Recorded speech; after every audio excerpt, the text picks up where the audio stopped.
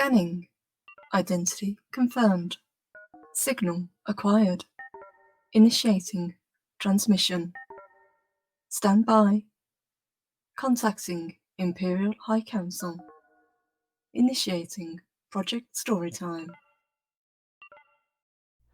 Greetings, members of the Imperial High Council. As per your orders, we have been looking into the stories of Earth.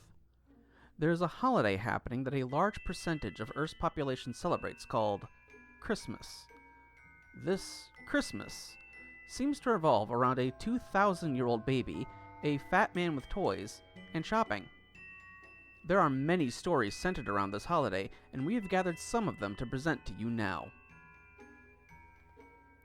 'Twas the Night Before Christmas by Clement Clark Moore. 'Twas the night before Christmas, when all through the house not a creature was stirring, not even a mouse.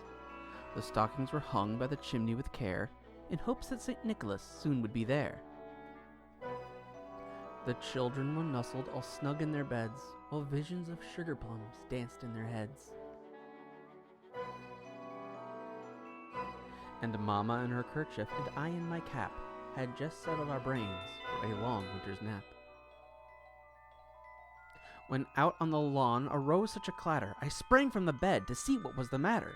Away to the window I flew like a flash, tore open the shutters, and threw up the sash.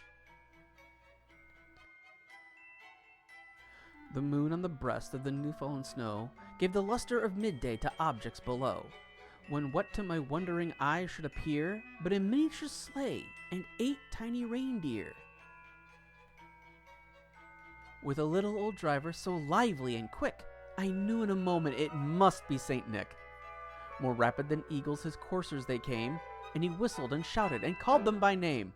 Now Dasher, now Dancer, now Prancer and Vixen, on Comet, on Cupid, on Donder and Blitzen, to the top of the porch, to the top of the wall, now dash away, dash away, dash away all! As dry leaves that before the wild hurricane fly, when they meet with an obstacle, mount to the sky. So up to the housetop the coursers they flew, with the sleigh full of toys, and St. Nicholas too. And then in a twinkling I heard on the roof the prancing and pawing of each little hoof. As I drew in my head and was turning around, down the chimney St. Nicholas came with a bound. He was dressed all in fur from his head to his foot, and his clothes were all tarnished with ashes and soot. A bundle of toys he had flung on his back, and he looked like a peddler just opening his pack. His eyes, how they twinkled, his dimples, how merry! His cheeks were like roses, his nose like a cherry. His droll little mouth was drawn up like a bow, and the beard of his chin was as white as the snow. The stump of his pipe he held tight in his teeth, and the smoke had encircled his head like a wreath. He had a broad face and a little round belly that shook when he laughed, like a bowl full of jelly. He was chubby and plump, a right jolly old elf, and I laughed when I saw him, in spite of myself. A wink of his eye and a twist of his head soon gave me to know I had nothing to dread. He spoke not a word, but went straight to his work, and he filled all the stockings, then turned with a jerk, and laying a finger aside of his nose, and giving a nod, up the chimney he rose. He sprang to his sleigh, to his team gave a whistle, and away they all flew like the down of a thistle. But I heard him exclaim, ere he drove out of sight, Happy Christmas to all, and to all a good night!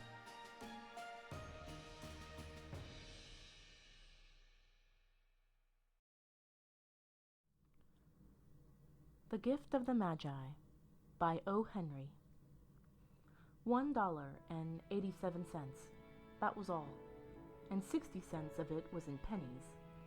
Pennies saved 1 and 2 at a time by bulldozing the grocer and the vegetable man and the butcher until one's cheeks burned with the silent imputation of parsimony that such close dealing implied. 3 times Della counted it, $1.87, and the next day would be Christmas. There was clearly nothing to do but flop down on the shabby little couch and howl. So Della did it, which instigates the moral reflection that life is made up of sobs, sniffles, and smiles, with sniffles predominating. While the mistress of the home is gradually subsiding from the first stage to the second, take a look at the home.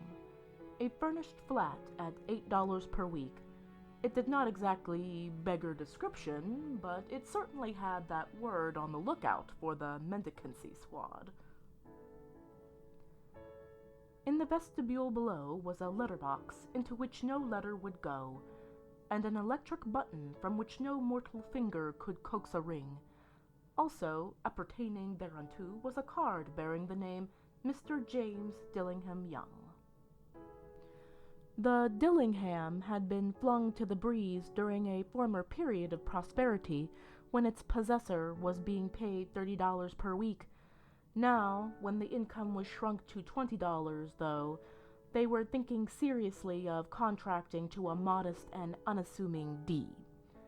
But whenever Mr. James Dillingham Young came home and reached his flat above, he was called Jim, and greatly hugged by Mrs. James Dillingham Young, already introduced to you as Della, which is all very good. Della finished her cry and attended to her cheeks with the powder rag. She stood by the window and looked out dully at a gray cat walking a gray fence in a gray backyard. Tomorrow would be Christmas Day, and she only had $1.87 with which to buy Jim a present. She had been saving every penny she could for months, with this result. $20 a week doesn't go far. Expenses had been greater than she had calculated. They always are. Only $1.87 to buy a present for Jim. Her Jim. Many a happy hour she had spent planning for something nice for him. Something fine and rare and sterling. Something just a little bit near to being worthy of the honor of being owned by Jim. There was a pier glass between the windows of the room. Perhaps you have seen a pier glass in an $8 flat. A very thin and very agile person may, by observing his reflection in a rapid sequence of longitudinal strips, obtain a fairly accurate conception of his looks. Della, being slender, had mastered the art. Suddenly she whirled from the window and stood before the glass.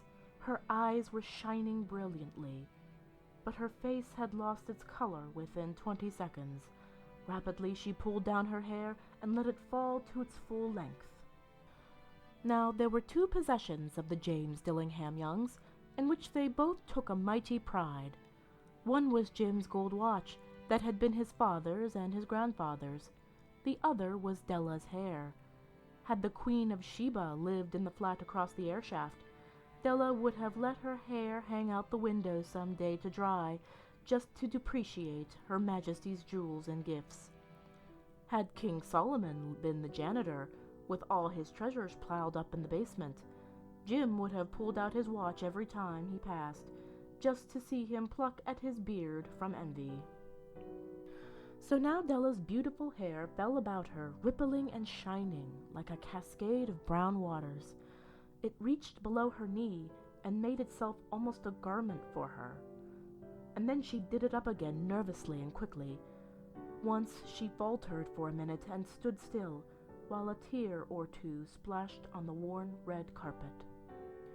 On went her old brown jacket, on went her old brown hat. With a whirl of skirts and with the brilliant sparkle still in her eyes, she fluttered out the door and down the stairs to the street. Where she stopped, the sign read, Madame Sofroni, hair goods of all kinds. One flight up Della ran, and collected herself panting. Madame, large, too white, chilly, hardly looked the Sofroni. "Will you buy my hair?" asked Della. "I buy hair," said Madame. "Take your hat off and let's have a sight at the looks of it." Down rippled the brown cascade. $20, said Madame, lifting the mass with a practiced hand. "Give it to me quick," said Della. Oh, and the next 2 hours tripped by on rosy wings. Forget the hashed metaphor. She was ransacking the stores for Jim's present. She found it at last. It surely had been made for Jim and no one else. There was no other like it in any of the stores, and she had turned all of them inside out.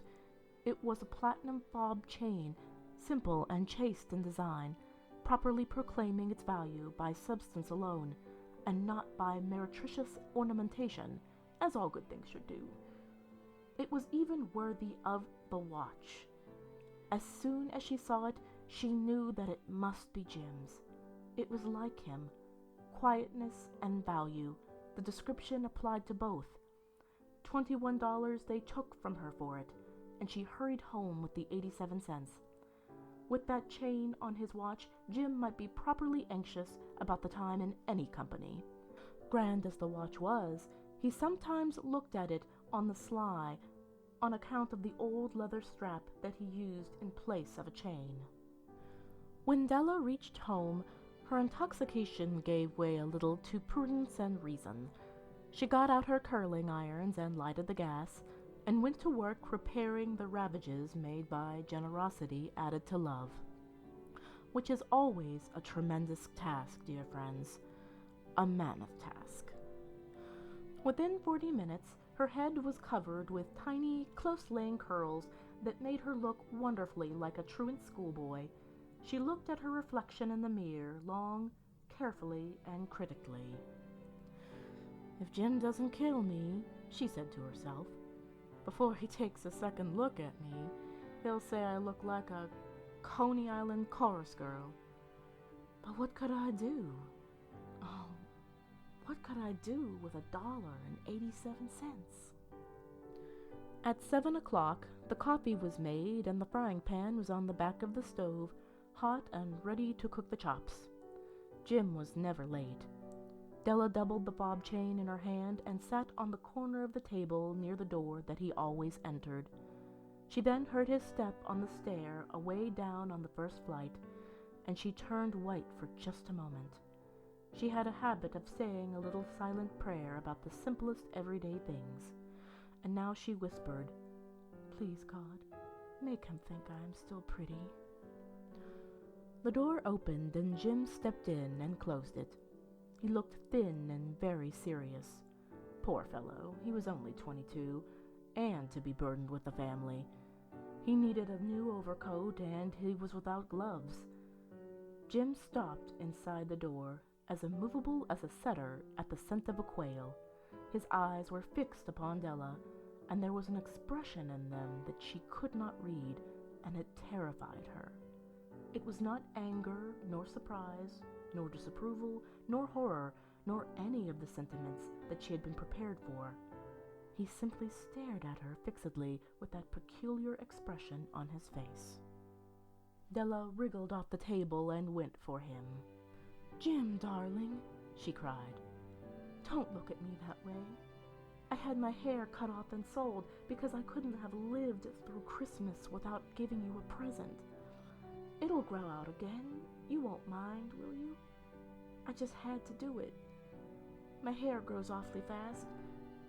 Say Merry Christmas, Jim, and let's be happy. You don't know what a beautiful, nice gift I got for you." "You've cut off your hair?" asked Jim, laboriously, as if he had not arrived at that patent fact yet, even after the hardest mental labor. "Cut it off and sold it," said Della. "Don't you like me just as well, anyhow? I'm me without my hair, ain't I?" Jim looked about the room curiously. "You say your hair is gone?" he said, with an air almost of idiocy. "You needn't look for it," said Della. "It's sold, I tell you. Sold and gone, too. It's Christmas Eve, boy. Be good to me, for it went for you. Maybe the hairs of my head were numbered," she went on with a sudden serious sweetness. "But nobody could ever count my love for you. Shall I put on the chops, Jim? Out of his trance, Jim seemed quickly to wake. He unfolded his Della. For 10 seconds, let us regard with discreet scrutiny some inconsequential object in the other direction. $8 a week or $1 million a year. What is the difference? A mathematician or a wit would give you the wrong answer. The Magi brought valuable gifts, but that was not among them. This dark assertion will be illuminated later on. Jim drew a package from his overcoat pocket and threw it upon the table. "Don't make any mistake, Dale," he said, "about me. I don't think there's anything in the way of a haircut or a shave or a shampoo that could make me like my girl any less. But if you'll unwrap that package, you may see why you had me going a while at first." White fingers and nimble tore at the string and paper, and then an ecstatic scream of joy, and then, alas, a quick feminine change to hysterical tears and wails, necessitating the immediate employment of all the comforting powers of the lord of the flat.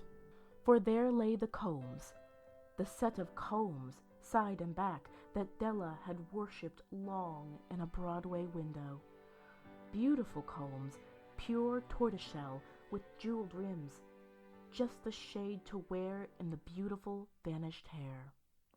They were expensive combs, she knew, and her heart had simply craved and yearned over them without the least hope of possession. And now they were hers, but the tresses that should have adorned the coveted adornments were gone. But then she hugged them to her bosom, and at length she was able to look up with dim eyes and smile and say, "My hair grows so fast, Jim." And then Della leapt up like a little singed cat and cried, "Oh, oh!" Jim had not yet seen his beautiful present. She held it out to him eagerly upon her open palm. The dull, precious metal seemed to flash with a reflection of her bright and ardent spirit. "Isn't it dandy, Jim? I hunted all over town to find it. You'll have to look at the time 100 times a day now. Give me your watch. I want to see how it looks on it." Instead of obeying, Jim tumbled down onto the couch and put his hands under the back of his head and smiled.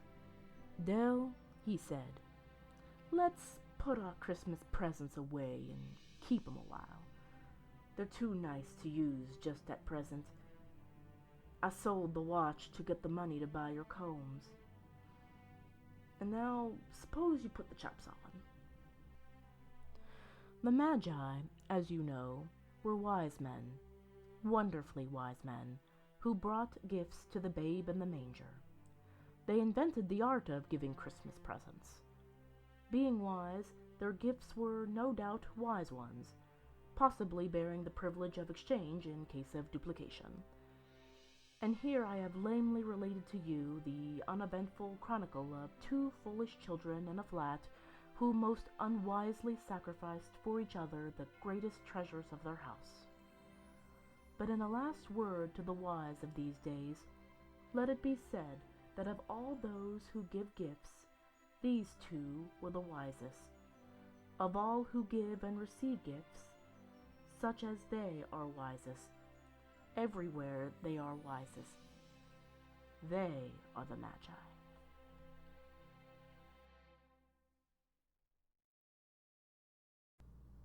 Lights, please. Hold on. Charlie! Charlie! What's with the Starfield? Yeah, I know they're lights, but it's not really what I had. I'm trying to do a thing. You know, I'll work with it. I'll talk to you later. Alright. And there were in the same country shepherds abiding in the field, keeping watch over their flock by night. And lo, the angel of the Lord came upon them, and the glory of the Lord shone about them, and they were sore afraid. And the angel said unto them, Fear not, for behold, I bring you good tidings of great joy, which shall be to all people. For unto you is born this day in the city of David a Saviour, which is Christ the Lord. And this shall be a sign unto you. Ye shall find the babe wrapped in swaddling clothes, lying in a manger. And suddenly there was with the angel a multitude of the heavenly host praising God, and saying, Glory to God in the highest, and on earth peace, goodwill toward men. That's what Christmas is all about, Imperial High Council. From us here at Project Storytime, happy holidays, and have a very Merry Christmas. Computer, save file, and end transmission. Affirmative. Processing. Terminating transmission. Ending communication.